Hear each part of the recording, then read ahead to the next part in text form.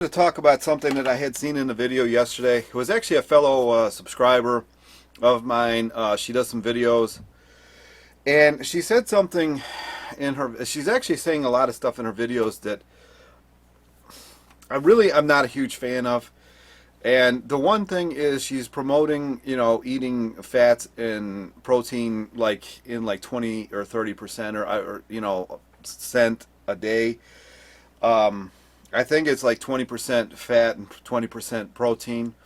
Now, this same person lost all of her weight, I believe, from what I've watched, from high carb, low fat.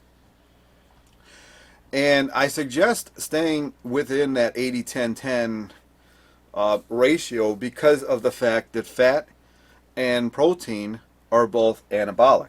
So if they're anabolic, that means there's going to be more insulin involved, and the more insulin that's involved, the harder it's going to be to get weight off.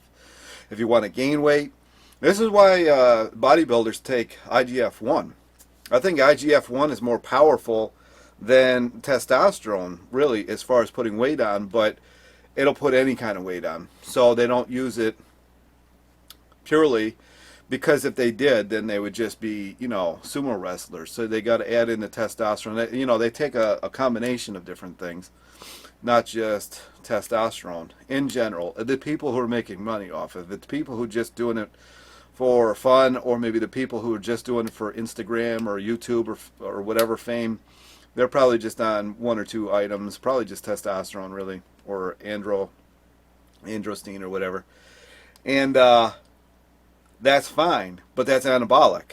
If your goal is to lose weight, then you want to stay on the highest carbohydrates that you possibly can. Like 10 grams a day, 20 grams a day. I wouldn't go above 20 really.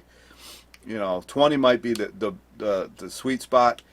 Unless you're really, really, really struggling to lose weight, then I would drop it below 10, which isn't the easiest to do. Because even, just doing fruit and rice, you might still have a hard time getting there. But it's possible. I've done it quite a few times. So that is the brunt of the video. But there's also another thing that goes into that, is fat and protein are actually acids. It's fatty acids and amino acids that go in there.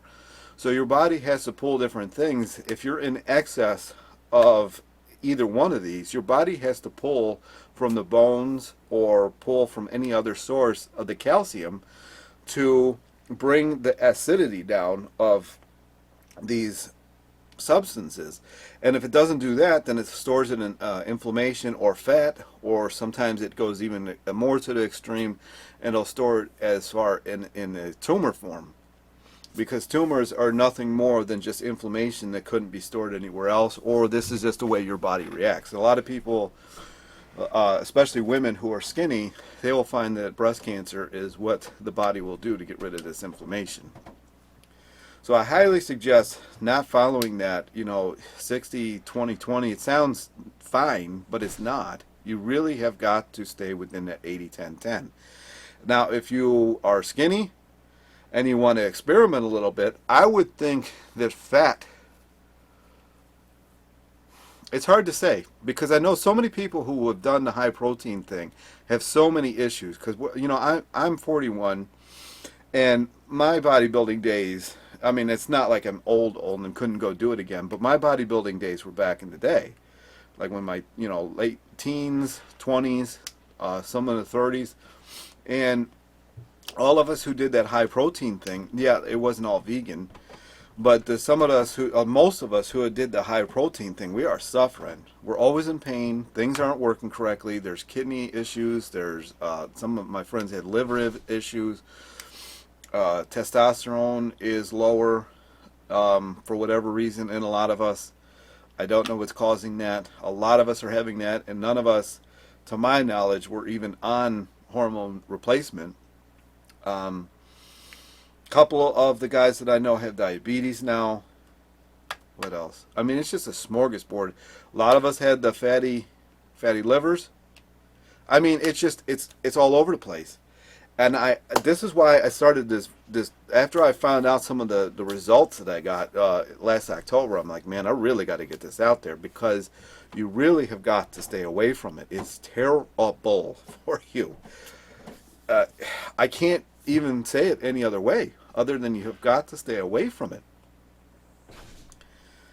It's just, they think it's kind of like, smoking a cigarette. You don't notice the adverse reactions to it most of the time until years down the road. And this high protein, even on a plant-based style, if you're doing it now, you are probably, and this is no guarantee, and I'm no doctor or anything, but I'm guessing that at some point in the next, I don't know, years, even a decade, you're going to notice some adverse results from it that you wish that you would not have done it ever. This is my video. I'm going to preach this until the cows come home and go out in the pasture and aren't murdered.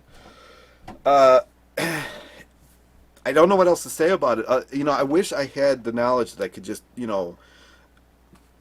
put out there because of the stuff that I've seen, the stuff that I've been through, the people that I know. A lot of us live that high protein lifestyle, and all of us are paying for it. All of us are paying for it.